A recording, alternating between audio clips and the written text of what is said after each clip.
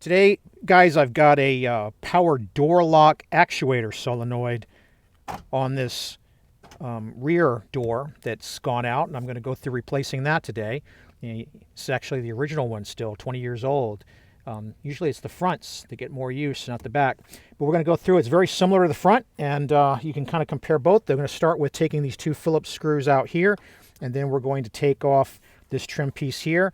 I'll do the Phillips screws and we'll come back. So let me do that. All right, just taking out this last Phillips screw. And the next thing we'll do is we'll take a trim tool and we'll remove this outer piece from the door handle, this outer trim piece. There's a couple of latches. There's one here, and then there's one on top. Just get it to catch on there. You want to be patient with it. This one's probably never been off, and they're old and brittle. So we got it off without anything breaking. All right, now we're going to take the same tool. Or actually, I think I'll use this tool instead, another trim tool. We're going to go around the perimeter, and there are some clips that are holding this trim piece to the door. You can hear them kind of working their way out. They're like got teeth on them. Made of nylon. We're just going to go all the way around doing that.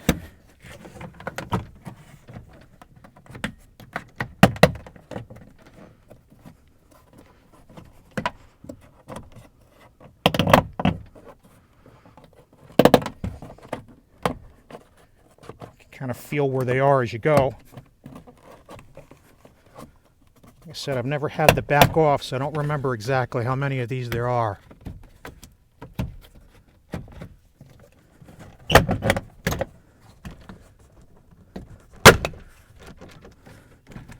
Once we get the last one out, which I guess would be over here, we'll be able to lift this guy off.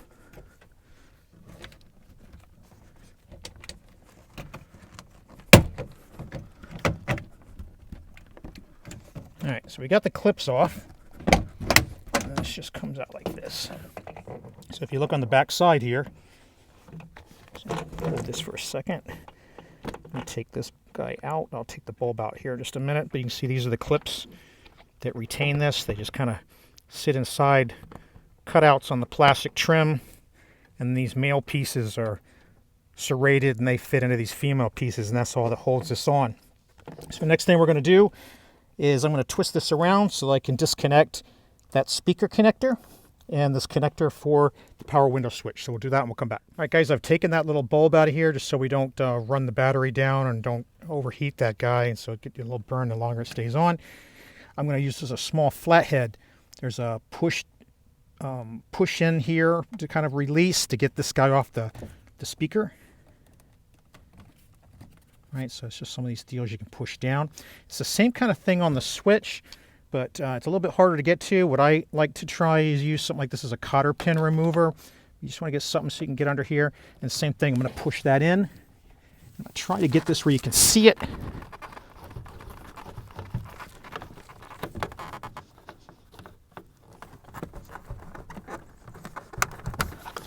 It's the same kind of deal, right? It's just a little latch here that you got to push in and it'll come off. And with that, you can remove the whole trim piece out of the way. And the next thing that we'll do is we're going to peel back part very carefully, because we're going to glue this back on when we're done, because this actually serves a purpose. You know, sometimes people will discard this, but this is a water shield that keeps water from the rain, from the glass, from coming in and corroding the speaker, and also causing some moisture inside the vehicle. So we're going to pull this back just enough. What we're after here today is right here. So this is the guy we're after. This is the solenoid inside this little hole here, and it's held in place by these two rivets. You hold it to the bracket, and there's also a electrical connection, and then there's also at the top of it, it has a piece that hooks up to the rod that actuates the door lock. We're going to need to disconnect all that to get this out of here. So I'm just going to peel back this stuff a little bit more. I'm also going to peel it back a little bit from under here, because what I'm going to be doing is coming in from underneath. So you notice in the back door, this is the rear of a Suburban. The back door doesn't have that like metal plate piece like the front door. And if you're familiar with that, or you're not, and you want to see what that's like, I'll link another video I did where I'm replacing the door handle just so you can see that kind of layout. But let me go ahead and pull this back here and get us into position so we can get this off. All right, so I've taped the water deflector out of the way here. You can see in here this rubber boot is part of the door solenoid that we're going to be replacing, and these are the two rivets that hold its mounting bracket. It's attached to a lever, or rather a metal like arm that goes over, and then it has a pigtail for its power and signal here. Now if we go stroll down under this opening and we look up underneath, we'll be able to see a better view. So right here you can see the bracket that the actuator is mounted on, that's riveted, and it's attached by bolts that are holding it. And then you can see here is what I was talking about, where the wire is attached to the end of the solenoid, and we're going to need to push this through and disconnect this wire, and then we're going to drill out these two rivets I showed you, and that's going to give us the ability to drop this down where we can disconnect it. So that's what I'm going to do now, is I'm going to come out, we're going to start drilling out these rivets. All right guys, I just got a little bag here to catch some of these shards because I got kids that walk on the driveway. I'm going to go start this, and then we'll come back as I show you how to drill it out. I'm not necessarily going to film the whole thing, but let's go ahead and get started. I want to go slow because we definitely don't want to drill out the opening so that we can replace the same size rivet that's on there. Okay, when I feel something moving like that, I'm just going to go over and start to the next one.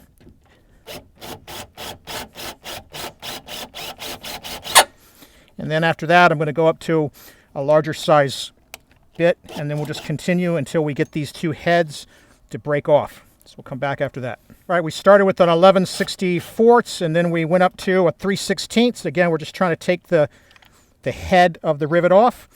And now we got a nice and clean removal without any damage to the hole drilled in the actual door. So we're going to take this guy off, and then we'll come back and show how we drop this down.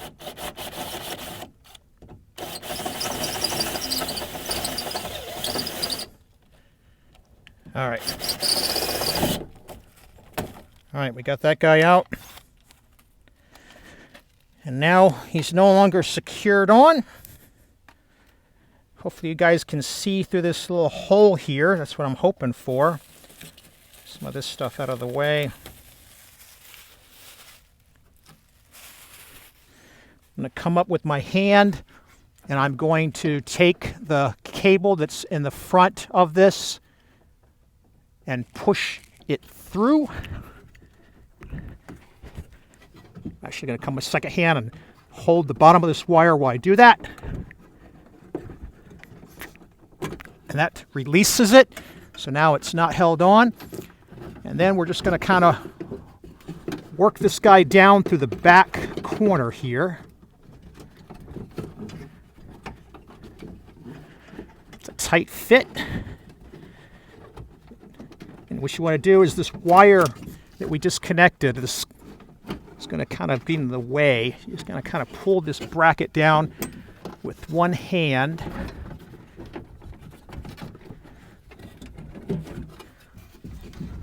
So you can clear that. Okay, and then it'll come down here. All right, we got it down here. And if I can get you to see this. Not a lot of clearance here, but this is,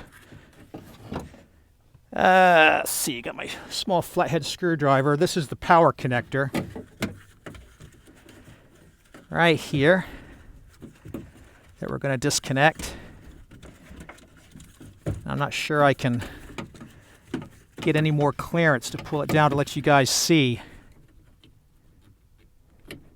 But that's the connection right there. And then this is just a dust boot that covers this, right? So you can still see part of the rivet is left in the bracket. We'll have to get a pair of pliers and work that out. The other rivet dropped down in here. I'll figure out where that is. Actually, I can see it right there. Fish it out. And now we're ready to go. So let me go get the new part that we're going to be using, and we'll show how to put it back in. All right, so there's a couple of ways the replacement GM parts will come. This is an older one just to show you the difference. This is one for the driver's side. and it'll come just the way we took this one off, right? So the bracket will be mounted on it, and it's just ready to put back in and re-rivet, just like the one we took out. This is an older type, and it has a dust cover on it. And what you'll find in the box from GM are the actual rivets that you'll use to reattach it. So, everything I'm showing you here with re-riveting is exactly how the dealer did it. But for this one, I actually have a newer part. And for this side, for the passenger side, 220-20256. And the difference with the newer ones is the cost-saving move. They've dropped off the bracket. So it's basically the same part, but it doesn't have the bracket.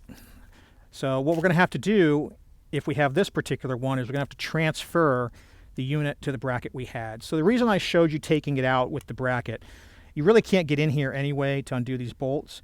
If you've got one of the older style ones, you're going to put the whole thing in as one piece. If you've got one of the newer style ones, you're going to need to reuse this bracket. So I'm going to use a 1/4 socket to just remove these bolts and transfer this over. So this guy here, he's got 2 bolts already put in. There are 3 in this old one to retain it. So we probably will not reuse all of these, but we'll take them off. And then once we take this off, I'm going to just double check the instructions that came with the new one. I'm pretty sure it's going to tell me not to use all 4, but we'll see. Remove the old actuator from the bracket and reuse the bracket. If you can't reuse the bracket because it's all rusted out, GM does sell, apparently, just the bracket separately. They give a torque of 15 to 25 inch-pounds on these bolts, and they want you to just use 3 mounting screws as original. Okay, so we take a look at this guy, 3 mounting screws. Then we will take out these 2 and we'll reuse the best of the one we've got here. So we'll take this guy out here, and then we'll torque it down to what was specified in the little instruction manual that came on. Now again, if you have one of the older numbers, and I'll roll all these part numbers at the bottom and put them in the description of the video like I usually do, then you don't have to do any of this and you're ready to start reinstalling it right away. All right, so I'm going to go ahead and won't necessarily need to film all this, but we're just going to position this guy on like that, and we're going to replace first these 2 that we took, and then out of these, this looks like the least corroded of all those. We'll go with that, and we'll put these guys all back in and get them torqued down, and we'll continue. Actually, I'm just realizing here.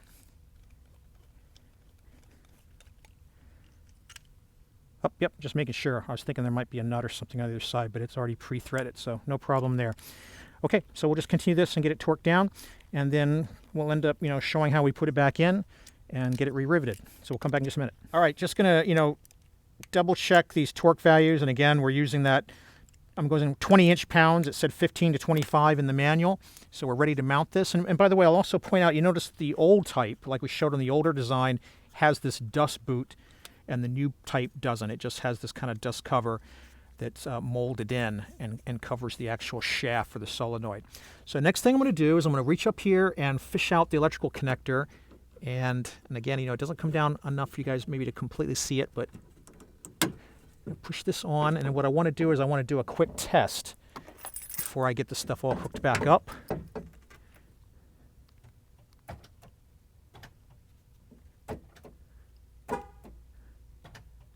All right, so I see it going now, so we know it's a good solenoid. It was a little sticky at first, but it's probably been sitting on the shelf for a long time. All right, so now we're going to fish this back up, and I can't show you in here, so you're going to have to basically remember what you did to bring it down, or the path that works for you to fish it around to get it back up into position and get the bracket up against here. I'm going to use 2 of the rivets I have from a previous installation on the front door. Like I mentioned, the older ones come with the rivets. And basically, what happens with these rivets, they're going to go through the metal like this, and I'm going to show you with a rivet gun. And when they go through the metal, go back down here again, they actually end up, of course, passing through this bracket. And what the rivet gun does is it pulls this shaft and squishes this aluminum. Here's like we see on the old one. And what you'll end up with is this will get a bubble squished in the back of this bracket, and it fastens it. It's just another type of fastener. It's a quick and dirty thing that you can do on the assembly line, and it's a lot faster than a threaded fastener. Rivets are, go back to the beginning of cars and the beginning of the Ford Model T and all that. So we're going to work this guy back up, and then that'll be the next step we do. I'm not necessarily going to show you trying to fish this back up because there's really nothing to see, but when I get it into position, we'll come back. All right, I've got this back into position, and what I'll tell you is you watch out for the cable for the electrical connector. It has a tendency to want to get in between the body and the bracket, and you obviously don't want that. You want to see a clean, flush connection here. I'm just trying to find where our mounting holes are. There they are. All right. And then what you'll end up doing is you'll end up putting these rivets in like this, and then getting a rivet gun to secure them. Now, I got to keep my hand back here. So what I'm going to do is I'm going to put one in off camera, and I'm going to come back in and show you guys how to put the rivet in on camera, so you see one of them at least as an example. So, but this is how we got it lined up in position, and we'll come back and I'll show you how that works after I get the first one in to hold it, so I don't have to keep my hand back here. Okay, we got the first rivet in, and you can see right in the back here, you can see the labeling on that wiring harness is just sitting right there. Again, just make sure that is not caught between the door metal and the metal of this bracket. All right, so this is a rivet gun. This is something I picked up at Harbor Freight a long time ago. It works just fine on this. The way a rivet gun works is you push this guy in, you get it all the way into the open position, and when you seat it down, you start to crank it, it's going to grab that shank and squeeze it in. Got some teeth on the inside, and you just do that until it breaks off, and this is now riveted on. So we just got a couple more things we need to do. We're going to need to reach your hand up and get that actuator arm seated at the end of the solenoid. So I'm going to go do that now. Hopefully you guys will be able to see through this little hole here.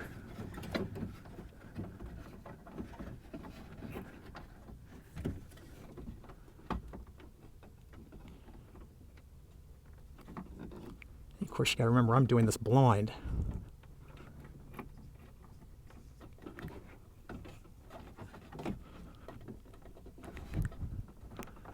I think it's at the right position.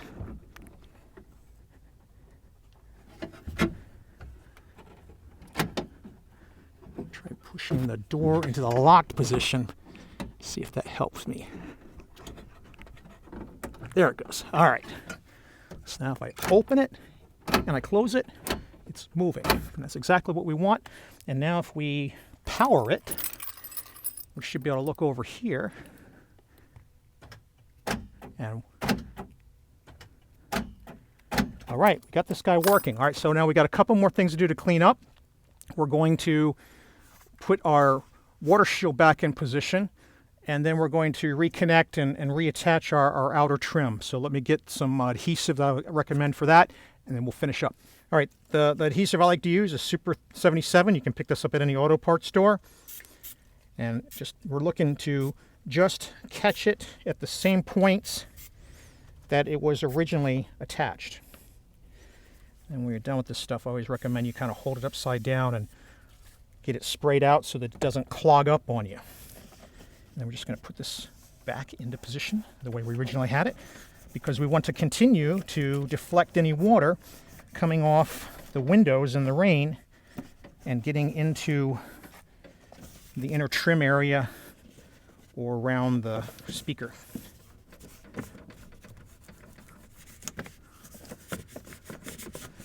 All right, and this guy will dry while we're doing some of the other pieces. So again, the next thing we'll do, I'm going to go dig up what I did with our little bulb, pop him back in, and then I'm going to go connect the speaker and the power switch for the door, for the window, and then we'll position this guy back in. So I can't really do that and film it easily, so we'll come back after I've got that connected. All right, we got our bulb back in. We're going to hook him back into this courtesy housing. He just snaps in. We've got our speaker connected and our power window switch connected. This is also a good time to check that all these clips are in good shape. This one over here had the tip broken off, so I'm going to put a new one on it. And you can get these in a bag from GM with the males and the females. It's part number 15960325. You basically get 10 pairs of these in a package.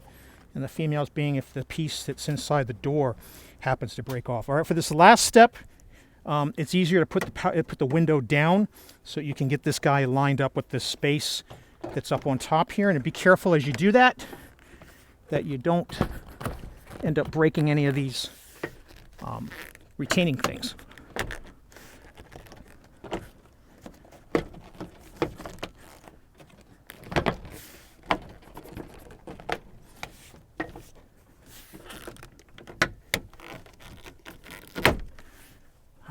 That one's in. That one's in. The next step is, you see in here, there's like a retaining pin. I want to get that guy lined up with the hole by this assembly for the door handle, and then just start positioning the male ends on these retainers so that they're going in properly on each side. It's like this guy's kind of missing the hole here, and you just want to guide them in. All right, you go all the way around and do that, and then we'll put the trim piece back on, and then we'll put the 2 Phillips screws back in, put the window up, and we're done. If you guys have questions about this, just leave a comment and I'll try to answer them. And again, earlier in the video, I'll link a repair to a door handle for the front door, so you can see it's a little bit different, but it might help you figure out how to get at the solenoid on a front door as well. If this was helpful, please like and subscribe. Thanks for watching.